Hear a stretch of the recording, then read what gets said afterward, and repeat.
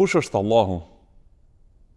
Dhe pse duhet ta dim atë dhe ta njohim atë?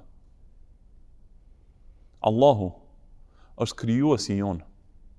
Allahu është Zoti jon.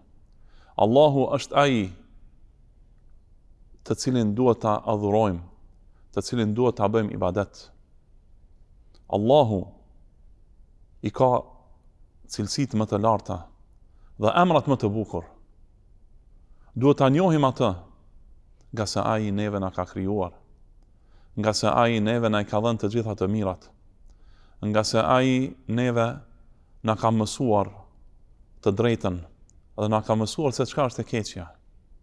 Ai na udhëzon përmes të dërguarve të tij. Ai na ka dërguar librat e tij. Ai na ka treguar rrugën për në xhennet, për në paradis.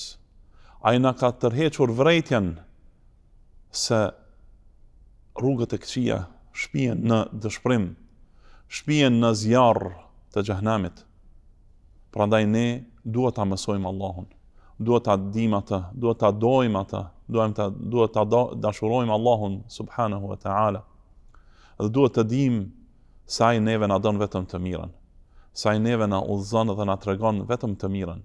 Dhe nga mëshira e tij, nga rahmeti i tij që ka për neve, na ka dërguar të dërguar dhe na ka shpallur librat përmes cilëve na tregon rrugën e drejtë.